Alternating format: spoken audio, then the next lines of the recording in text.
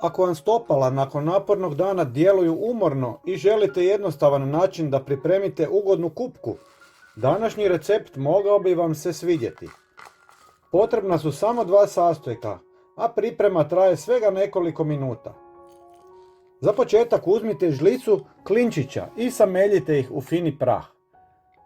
Klinčići su poznati po svojoj snažnoj aromi i stoljećima se koriste u različitim domaćim pripravcima.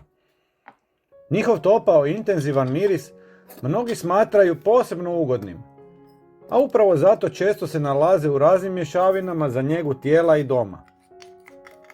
Dobiveni prah stavite u veću šalicu ili staklenku otpornu na toplinu. Ako volite ovakve jednostavne recepte od prirodnih sastojaka, pretplatite se na kanal.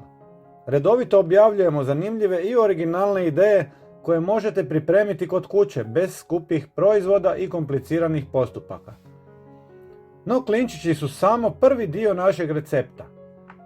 Sada uzmite nekoliko svježih listova mente i lagano ih usitnite nožem ili prstima. Menta je poznata po svom osvježavajućem mirisu, zbog kojeg se koristi u brojnim proizvodima za njegu tijela.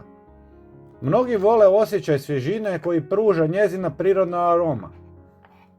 Dodajte mentu preko samljevenih klinčića, a zatim sve prelijte s 300 ml vruće vode.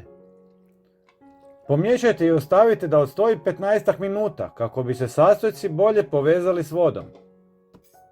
Nakon toga procijedite tekućinu i ostavite da se ohladi. Kada se pripravak ohladi, ulijte ga u posudu sa oko 5 litara vode, tople vode, namijenjene za kupku stopala. Mnogi ljudi vole ovu kombinaciju zbog ugodnog biljnog mirisa, osjećaja svježine tijekom namakanja, jednostavne pripreme, lako dostupnih sastojaka, prirodne arome i opuštajućeg rituala nakon dugog dana. Napišite mi u komentarima jeste li već koristili mentu ili klinčiće u sličnim pripravcima.